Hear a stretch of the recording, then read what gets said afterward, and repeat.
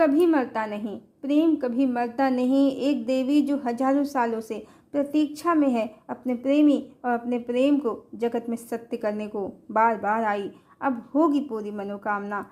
Hello friends, प्रेम कभी मरता नहीं और सत्य का कभी नाश नहीं होता है। ये दोनों ही बातें अटल सत्य हैं। सृष्टि रहे न रहे, प्रेम और सत्य कभी नहीं मिटते हैं, क्योंकि दोनों ही चेतना का तत्व और चेतना का सत्य हैं। सृष्टि का रचयिता जो परमात्मा है, सृष्टि की रचयिता जो परम चेतना है, उसका मूल स्वरूप प्रेम ही है, समर्पण ही है। और वो चेतना, परम चेतना ही अल्टीमेट ट्रुथ है, जिसमें कभी कोई परिवर्तन नहीं होता है। परम चेतना अगम अगोचर अपरिवर्तनशील है। जो हमें लगातार सुन रहे हैं, उन्होंने परमात्मा और जीवात्मा दोनों का सत्य अब जान लिया है। परमात्मा परम ज्योति है, सुप्रीम फ्लेम है, फेमिनाइन और मैस्कुलाइन दोनों एनर्जीज की संयुक्त ऊर्जा है, कंबाइंड एनर्जी है, शिव शक्ति का मिलन है। और हर जीवात्मा परमात्मा की कार्बन कॉपी है। जब भी इसीलिए परम तत्व की प्राप्ति होगी, स्वयं में ही होगी। ईश्वर कोई आसमान में किसी लोक या प्लैनेट पर रहने वाला अनेकों स्त्रियों का रसिया पुरुष नहीं है। ईश्वर विशुद्ध चेतना है, शिव शक्ति की कंबाइंड फ्लेम, स्वयं ही पुरुष भी हैं, स्वयं ही नारी भी हैं, पूर्ण और पूर्ण काम हैं। तो विरजा नदी के पार जो गोपियों रानियों वाला लोक है, वो अज्ञानियों की कल्पना है, जो परमात्मा और स्वयं की आत्मा दोनों से पूरी तरह अनभिज्ञ हैं, उन अज्ञानियों की कल्पना है। एक्चुअली में संसार में दो ही ऊर्जाएं हैं, एक स्त्री की, एक पुरुष की। स्त्री शक्ति है, पुरुष शिव हैं, स्त्री लक्ष्मी है, पुरुष विष्णु हैं। अवतार रूप में वही स्त्री राधा और सीता हैं, और अवतार रूप में वही पुरुष कृष्ण और राम हैं। सारा संसार इन दोनों की रची हुई एक अद्भुत माया है, जिसमें ये भी बार बार अवतरित होते रहते हैं, अपनी प्रेम लीला करते रहते हैं। और जब भी ये दोनों प्रेमी प्रेमिका पति पत्नी अवतरित होते हैं, तो वो युगावर्तन का समय होता है, या उस समय धर्म का लोप हो गया होता है, क्षय हो गया होता है, और समाज चेतना के रहस्यों को भूल चुका होता है। मिथ्या कहानियों का समाज में ढेर लगा होता है। ईश्वर के चरित्र पर लांछन लगाए जाते हैं। ईश्वर को साधारण मनुष्य सिद्ध किया जाता है, उनमें विकारों को ढूंढा जाता है। मिथ्या कहानियाँ गढ़कर ईश्वर का सत्य चरित्र छुपाया जाता है। जैसे राम एक पत्नीव्रती क्यों हैं? क्योंकि वो देवी सीता को समर्पित हैं। उनके समर्पण को अस्वीकार करने के लिए, छुटलाने के लिए कहानियाँ, सीता अग्नि परीक्षा, सीता परित्याग और सीता का भूमि में समा जाना सब लिखा जाता है। क्योंकि यदि सिद्ध हो गया कि राम सीता को समर्पित हैं, तो हर पुरुष को उनके जैसे आदर्श व्यक्तित्व को धारण करना होगा, जो मनुष्यों के लिए एक टेढ़ी खीर है। कारण काम और वासना, इन्हीं विचारों में घिरे रहना, इनसे ग्रस्त रहना। इसीलिए जानबूझकर कलिकाल में वो सब लिखा गया ईश्वर के विरुद्ध, जो कभी हुआ ही नहीं। ये मनुष्यों का नीच स्वभाव रहा है, मिथ्या झूठी कहानियाँ रचना। और इसी तरह देवी राधा का सत्य भी छुपा दिया गया कि वो जगदम्बिका हैं, और श्री कृष्ण की रानियाँ जीवात्माएँ, वो जीवात्माएँ जो भगवान राम पर मोहित हो गई थी त्रेता में। इससे रिलेटेड बहुत से कंटेंट चैनल पर अवेलेबल हैं, आप देख सकते हैं। कुछ के लिंक डिस्क्रिप्शन बॉक्स में हम डाल देंगे इस कंटेंट के, यदि आपकी इच्छा हो तो आप अवश्य देखें। और मिथ्या कहानियाँ रचकर जो भगवान श्री कृष्ण ने देवी राधा से विरह सहन किया, अनेकों की इच्छा पूर्ण की, उसे झुठलाकर इन रानियों को ही माता लक्ष्मी का विभाजन और विस्तार बना दिया, जो कि देवी का खंडन संभव नहीं है। सीता राम प्रिया हैं, वो उनका प्रेम है, कोई मनोरंजन का साधन नहीं कि भगवान कृष्ण अवतार में उनको करोड़ों स्त्रियों में बांटकर सबसे राग लगाते फिरे। वो तो देवी राधा को ही समर्पित हैं। जो वो होती श्री कृष्ण के परिणय सूत्र में, तो इन स्त्रियों की इच्छा कभी पूर्ण नहीं होती। देवी लक्ष्मी भगवान विष्णु की सनातन अर्धांगिनी हैं। विष्णु यदि परम ब्रह्म हैं, तो देवी आदि शक्ति हैं। आदि शक्ति का खंडन करके ब्रह्म शक्ति के सत्य को, परमात्मा के पूर्ण काम अर्धनारीश्वर स्वरूप को खंडित करना ही कलिकाल का कारण है, जिसके कारण ईश्वर की अनेक स्त्रियां समझी गईं और ईश्वर का ओंकार स्वरूप, अर्धनारीश्वर स्वरूप, सच्चिदानंद स्वरूप स्वयं में तृप्त और पूर्ण काम स्वरूप छुप गया, जो हर जीवात्मा, हर चेतना का सत्य है, जिसे जानकर कोई भी स्वयं को जान जाता है, कोई भी स्वयं को जानकर मुक्त हो सकता है, स्वयं का सत्य स्वरूप पा सकता है। पर कलिकाल में आध्यात्म का लोप हो गया। आध्यात्म का स्थान कपोल मिथ्या कहानियों ने ले लिया और देवी सीता और देवी राधा दोनों ही समाज की दृष्टि में साधारण स्त्री बनकर रह गईं। आदिशक्ति सीता को आदिशक्ति न कहकर कलयुग के विद्वानों ने भगवान राम की दासी भक्ति देवी की उपमाएं देकर ये सत्य छुपा ही दिया कि सीता भगवान राम का स्त्री रूप हैं, उनका शक्ति तत्व उनका प्राण है और ईश्वर पुरुष बन गया। और देवी राधा को भी उपेक्षित प्रेमिका भक्ति और समर्पण की देवी बनाकर ये छुपा दिया गया कि वो आदिशक्ति देवी सीता का पुनर्जन्म है, जिनके परिणय सूत्र में भगवान परम ब्रह्म परमात्मा एक पत्नी व्रती रहते हैं। कारण उनके जीवन में रहते हजारों तो दूर, दूसरी की भी कल्पना तक नहीं की जा सकती है। दूर दूर तक कोई संभावना नहीं है। पूरा गड़बड़ झाला ही है कलयुग और इसकी काली माया। घोर अंधकार में चेतनाएं भटक रही हैं। लोग आध्यात्म के सत्य रहस्य, स्वयं के परमात्मा के सत्य रहस्य नहीं जानते हैं और पुराण कथाओं में घूमते रहते हैं, लक्ष्मी अलक्ष्मी की कल्पना में भटकते रहते हैं। आज लक्ष्मी अलक्ष्मी की कल्पना में भटकते रहते हैं। आज कुछ इमेजिन करते हैं, कल कुछ इमेजिन, और उसे समाज में रह रहकर लोगों से रिलेट भी करने लगते हैं। अपनी कल्पनाओं के पंख लगाकर मनुष्य उड़ते जाते हैं और इसे चैनलिंग का नाम देते हैं। ध्यान रहे चैनलिंग जो सामान्य जीवन जी रहे हैं, साधना और ध्यान में रत नहीं हैं, दिन भर फिल्में देखते हैं, उनकी चैनलिंग कोई चैनलिंग नहीं है, उनके मन की कलाबाजी होती है और कुछ नहीं। जो शुद्ध आध्यात्म और चेतना के रहस्य को जानते हैं तो वो जानते हैं कि देवी लक्ष्मी का यदि कोई ट्विन है तो वो लॉर्ड विष्णु हैं, जो उनका मेल फॉर्म है। ये दोनों ही शक्ति और शिव की ऊर्जा हैं और समस्त जगत का कारण हैं। हमने आपको बताया है कि शुक्राचार्य भी ईश्वर से भिन्न सत्ता नहीं है। ईश्वर का ही वो सत्य है जो प्रकट नहीं हुआ है, यानी अज्ञानता की अंधकार की ऊर्जा है और कुछ नहीं। पर आध्यात्म को छोड़कर लोग कल्पनाओं में गोते लगाने में परम सुख की अनुभूति करते हैं। ये भी एक तरह का विकार ही है, भक्ति का विकसित स्वरूप है।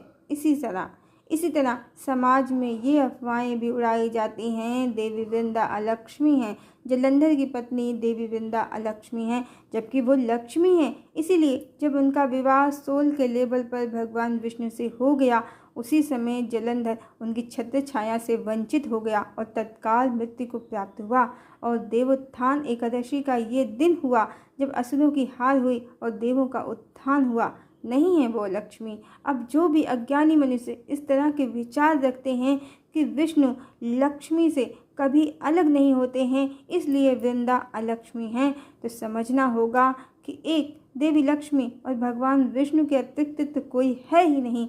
सब जीवात्माएं उनके ही संयुक्त स्वरूप से बने प्रतिबिंब हैं। तो यह लक्ष्मी कहाँ से प्रकट हो गई? दूसरे भगवान का विवाह हुआ है उनसे, तुलसी विवाह, जिसकी महिमा अनंत है। इसी दिन से भगवान की चातुर्मास की निद्रा समाप्त होती है और संसार में ईश्वरी ऊर्जा का पुनः संचार होता है। इतनी दैवी ऊर्जा अलक्ष्मी से कहाँ से प्रकट हो जाएगी? दूसरे हमने आपको बताया है कि ये संसार भगवान का स्वप्न है। जलंधर वृंदा का विवाह भगवान का स्वप्न है, सत्य नहीं है। ये संसार माया है, माया से परे जो परमात्मा का सत्य है वही उनका परम लोक, परम धाम है। वहाँ वो सदा संयुक्त ही रहते हैं अपनी लक्ष्मी, भवानी, प्रिया, प्रियतमा आदि शक्ति से। विरह की लीला मात्र इस माया के जगत में है, वास्तव में तो कभी विरह होता ही नहीं है। माया का अर्थ ही है माँ यानी नहीं, या यानी जो है ही नहीं। सीताराम, राधा कृष्ण, यशोधरा, सिद्धार्थ और चाहे वृंदा और भगवान विष्णु का ही विरह हो, वो सिर्फ माया के जगत में है। उनका एक होना, मिलना ही देवोत्थान है, दैवी ऊर्जा है। देवी वृंदा से रिलेटेड वीडियोस हम कमेंट सेक्शन में पिन कर देंगे, आप जरूर देखना। अब सतयुग का अवतरण होना है और माया के जगत में जो देवी अपने प्रियतम से बिछड़ गई हैं, तो इस बार जो मिलन होगा वृंदा और विष्णु जैसा ही होगा। देवी संसार की निद्रा को त्याग कर, संसार के संबंधों को त्याग कर अपने प्रियतम विष्णु के साथ परिणय सूत्र में बंधेंगी। यानी ईश्वर का विवाह होगा। ये ईश्वर का नारी रूप अपने पुरुष रूप से जुड़ जाएगा, एक हो जाएगा और पूर्ण परमात्मा का प्रकाश समस्त जगत में छा जाएगा। असुरों की हार होगी, देवोत्थान होगा, देवताओं की जीत होगी, देवोत्थान होगा। जब तक मनुष्य संसार को सत्य समझेंगे तब तक एनर्जी के सीक्रेट्स नहीं समझ पाएंगे। न राधा को समझ पाएंगे, न सीता को समझ पाएंगे, न वृंदा को, न श्री कृष्ण को, न राम को। और ईश्वर के स्त्री और पुरुष रूप को संदेही की दृष्टि से देखा जाएगा, संसार के 3D के चश्मे से देखा जाएगा। लेकिन अब सब बदल जाएगा, क्योंकि ईश्वर के द्वारा निश्चित किया गया है कलिकाल का टाइम पीरियड ही समाप्त हो गया है, बस होने ही वाला है। अब सिर्फ उसकी केचुली शेष रह गई है, जो भ्रम उत्पन्न करने के लिए अज्ञानियों को माध्यम बना रही है। अब 4 युगों की, हजारों वर्षों की जो पीड़ा है आदि शक्ति की, कि सब ने उनको उपेक्षित कभी समझा, कभी अपवित्र, कभी खंडित कर दिया। अनेक स्त्रियों में कभी कल्पना समझा, कभी अलक्ष्मी समझा। सब भ्रम, सब काली माया का नाश करेंगे उनके प्रियतम लॉर्ड कल्कि। देवी वैष्णवी का ये जन्म भले ही शक्ति स्वरूपा हो, पर as a human body, as a human being, एक स्त्री के रूप में उन्हें अत्यंत पीड़ा और कष्ट को सहना पड़ा है। जब समाज में उनके अवतारों के विषय में ऐसी मायावी कष्टकारी बातें फैली हुई हैं और पीड़ा है देवी भवानी को कि लोग उनके पति को हजारों का पति कहते हैं और उनके ही सत्य स्वरूप को नहीं पहचानते हैं। उनको कल्पना, गोपी, भक्ति और अलक्ष्मी कहते हैं। हजारों वर्षों की प्रतीक्षा है जो हर अवतार में माँ का सत्य छुप गया। भगवान विष्णु माँ लक्ष्मी को कितना प्रेम करते हैं ये छुप गया और भगवान को छली प्रपंची बताया मनुष्यों ने। वास्तव में कलिदानो बाहर नहीं, मनुष्यों के ही मन मस्तिष्क में बैठकर उन पर शासन कर रहा है। आज के मनुष्य ही ईश्वर विरोधी शास्त्र पढ़ते हैं और ईश्वर विरोधी बातों को ज्ञान समझते हैं। ज़्यादातर मनुष्य स्वयं रावण और जलंधर से भी गई गुजरी स्थिति में है। उनका आचार विचार गई गुजरी स्थिति में है आज की डेट में, और आशा करते हैं कि कल की घोड़े पर आएं और उनके विरोधियों को असुर कहकर गाजर मूली की तरह काट कर फेंक देवें और फिर उनकी विचारधारा का समर्थन करें और उनका सतयुग आ जाए। ऐसी स्वार्थों भरी सतयुग की कल्पना है कलयुगी मनुष्यों की, तो हजारों वर्षों की ये प्रतीक्षा है जो अब समाप्त होगी। जगत जानेगा जो भी कथा कहानी लीला होने वाली है भगवान विष्णु की। इस बार तो सब सत्य रहस्य प्रकट हो जाएगा। कौन है देवी लक्ष्मी, और ये भी प्रकट होगा कि भगवान की वो एकमात्र प्रिया प्रियतमा सनातन अर्धांगिनी है जिनको वो पूरी तरह से समर्पित हैं। कलयुगी मनुष्यों की फैलाई सभी निकृष्ट कल्पनाओं पर पूर्ण विराम लगेगा, फुल ब्रेक लगेगा। एक सत्य रहस्य जो हजारों वर्षों से छुपा है। राम देवी सीता को पूर्ण समर्पित हैं, श्री कृष्ण देवी राधा को पूर्ण समर्पित हैं, सिद्धार्थ यशोधरा को, चैतन्य देवी लक्ष्मी प्रिया को पूर्ण समर्पित हैं। सब सत्य प्रकट होगा। प्रेम कभी नहीं मरता। प्रेम की प्रतीक्षा, प्रेमी की प्रतीक्षा समाप्त होगी। लॉर्ड कल्कि स्वयं इस सत्य को जगत में अब प्रतिष्ठित करेंगे। देवी का सत्य, उनका प्रेम, उनकी महिमा सब जगत में स्वयं प्रतिष्ठित करेंगे। जो अधूरी इच्छा, अतृप्त कामना देवी वैष्णवी की है, एक इंसान, एक स्त्री के रूप में उनका प्रेम, उनके सत्य जगत में सत्य सिद्ध करेंगे। वो उनके जो प्रेमी हैं भगवान कल्कि, अपना प्रेम, अपना सत्य, अपना समर्पण जो हर जन्म में रहा है देवी वैष्णवी को, देवी के राधा रूप को, सीता रूप को, उनके कृष्ण अवतार का, उनके राम अवतार का, सब सत्य भगवान इस एक जन्म में अपनी प्रेम कहानी से सत्य सिद्ध करेंगे और उनके उज्जवल चरित्र का, सत्य छुपाती मिथ्या कहानियों का समूल नाश करेंगे। वो इस बार जो अवतार है वो निष्कलंक है और कलिदानों की काली माया से जो भगवान के चरित्र को कलंकित करती कहानियाँ शास्त्रों में भरी गई हैं, उनका नाश करके जगत को सत्य के दर्शन कराना, अपने निष्कलंक भगवती को समर्पित ओंकार स्वरूप अर्धनारीश्वर स्वरूप का मनुष्यों को साक्षात्कार कराना, धरा पर धर्म युग को स्थापित करना ही परमात्मा का कार्य है। वो लॉर्ड कल्कि ये सब अवश्य करेंगे। धर्मयुग, सत्ययुग, प्रेम युग, आदि शक्ति का युग धरा पर वो प्रतिष्ठित करेंगे। जो देवी वैष्णवी की मनोकामना है वो सब जो हजारों वर्षों से प्रतीक्षा में है।